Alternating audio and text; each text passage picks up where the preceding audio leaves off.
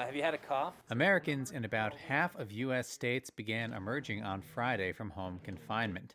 Texas began a phased in reopening of businesses shuttered more than a month ago, with restaurants, retail stores, and malls allowed to open at 25% capacity. A second phase is planned for May 18th if COVID 19 infection rates continue to decline. In South Carolina, shoppers were eager to get in a little retail therapy. I'm glad to see that things are easing up. If you're going to get it, you're going to get it. I'm not going to wear a mask unless they make me. But we're not out of the woods yet. But hard-hit Right? states like New Jersey and New York are maintaining their restrictions to prevent new infections. Governors have been under pressure to ease restrictions amid growing protests. I don't think we should sacrifice our economy for the numbers that we're seeing. President Donald Trump added to that pressure on Friday, urging Michigan's Democratic governor, Gretchen Whitmer, to compromise with activists, some of them in fatigues and armed with long guns, who defied her stay-at-home measures.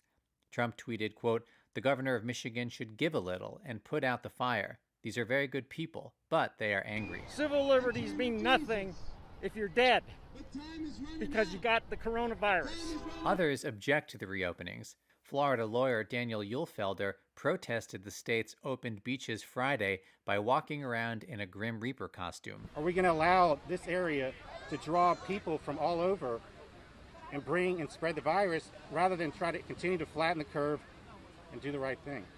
At a May Day protest Friday, Sacagawea Hall, an activist in Jackson, Mississippi, said the safety of workers must come first.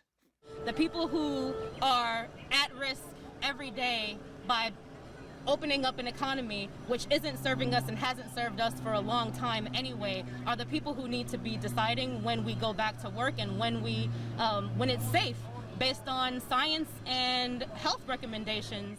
Georgia, which has so far gone farthest in reopening, will be closely watched to see whether these reopenings lead to a spike in new infections as cases there continue to rise. The state's Department of Public Health reported an increase of more than 1,000 COVID-19 cases on Friday from a day before.